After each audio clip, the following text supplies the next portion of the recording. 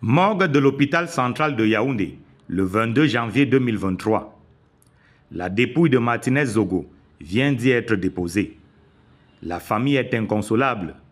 Amis et collègues sont sans voix. L'affaire fait grand bruit. Une onde de choc s'empare de la population. 9 jours après ce crime odieux, la présidence de la République se saisit du dossier. J'ai l'honneur de vous demander, sur très haute instruction de Monsieur le Président de la République, de bien vouloir ouvrir une enquête en collaboration avec le DGSN sur les circonstances du décès de ce journaliste et d'en établir les responsabilités, écrit le SGPR dans un courrier adressé au secrétaire d'État à la Défense chargé de la gendarmerie le 31 janvier 2023. Le président de la République répond ainsi aux cris de détresse de la communauté nationale et internationale réclamant justice pour Martinez Zogo. L'enquête ne tarde pas à livrer ses premiers fruits et c'est le SGPR encore qui l'annonce.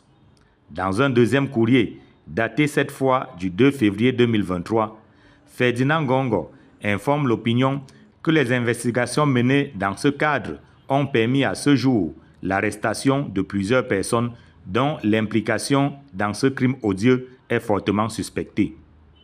Tout en précisant que d'autres suspects étaient recherchés, cette lettre du SGPR annonce des poursuites judiciaires contre les présumés coupables de l'assassinat de Martinez Zogo.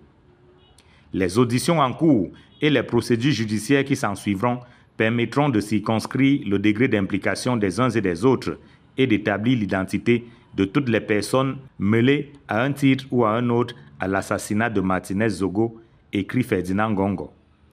Qu'il s'agisse du courrier du 31 janvier ou de celui du 2 février 2023, cela montre bien que l'enlèvement puis l'assassinat de Martinez Zogo a pris des proportions inimaginables, obligeant la présidente de la République via le SGPR à se saisir de l'affaire.